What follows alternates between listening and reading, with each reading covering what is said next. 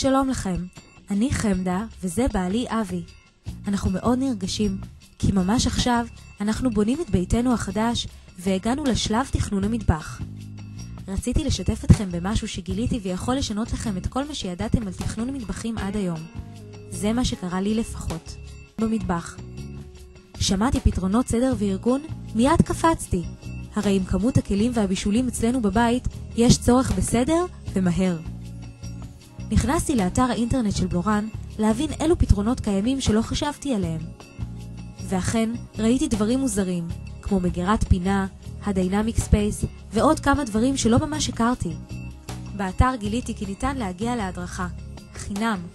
נכנסנו להדרכה של ארז עם קבוצה של כ-20 אנשים. קיבלנו הסברים כיצד ניתן לנצל את שטח המטבח באופן מקסימלי, וכל זה בעזרת סדר, תכנון ואבזור נכון. במהלך ההדרכה יצאנו עם ארז לסיור מודרך במרכז המידע של בלורן. עכשיו אני כבר יודעת מהי שיטת הדיינמיק ספייס, וממגירת הפינה אני עדיין עמומה, ממש תחליף גאוני לקרוסלה הרגילה. כל אלה ועוד הרבה דברים שפשוט שמחתי לגלות.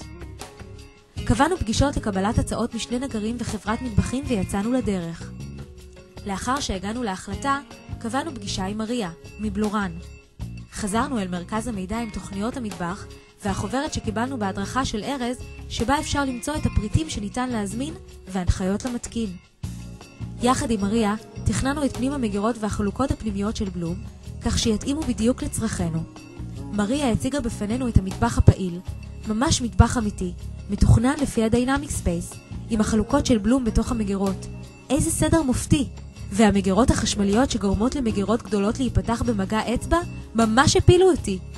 במרכז המידע גילינו גם תאורה לרהיטים, מגוון ענק של זכוכיות חלקות ומודפסות, דלתות, פרזול, מוצרי אלומיניום, צירים ועוד המון פתרונות חכמים. באמצעות דלתות הזכוכית ששילבנו בחלק העליון של המטבח, המטבח הפך ממש לציור. קיבלנו קטלוגים מפורטים להמשך העבודה, נפרדנו ממריה ויצאנו ממרכז הבנייה. בבלורן עשו לנו סדר לא רק במטבח, אלא גם סדר בראש, ועוד גילינו שניתן לשדרג את ארון הבגדים למקום אחסון מקסימלי בעזרת הפתרונות של בלורן. אנחנו נחזור למרכז המידע, אז אולי תראו אותנו שם. אבי וחמדה.